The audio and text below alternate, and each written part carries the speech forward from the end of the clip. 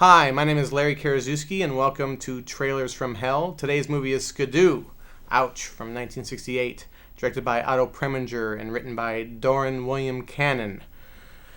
Ooh, what can you say about this car crash? The trailer opens with Carol Channing singing to a bunch of hippies. I think that signals kind of a tone problem right off the bat, if that's the best way you can get people to buy a ticket. Look around, and if you open your eyes. Director Otto Preminger is today, I wouldn't say forgotten, just not remembered too much for someone who was huge. He made some great ones, Laura, Anatomy of a Murder. He was like Oliver Stone. You could sell a movie on his name. He was a personality. But it's all over after SKIDOO flopped. He made a few more films, but they're disasters. Tell Me That You Love Me, Junie Moon, Such Good Friends, Rosebud, all unwatchable, and then they took away the old man's keys. The best thing about this movie is Harry Nilsson's closing theme song. He actually sings the closing credits. Not just the actors' names like you see in the trailer, but the grips and Best Boys and Panavision and Technicolor and the copyright notice. It's very entertaining. I wish someone would do a cover version. I love Nilsson. If you ever get the chance, see a documentary about him called Who is Harry Nilsson?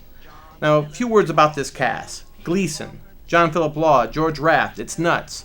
It's always great to see Frank Gorshin. He's an underrated actor. He should have been a bigger star. And Groucho Marx is God. Wow, that sounds great. But it's disappointing. It's a very small part, and he's reading off cue cards the entire time. It also stars an actress I'm fond of, Alexandra Hay. She was also in an interesting film, Jacques Demy's Model Shop. Tragically, she died very young. Now, you gotta hold on to your hats here. This next scene is completely nuts. It's Jackie Gleason tripping on acid. But it's not hip at all. It's totally Squaresville.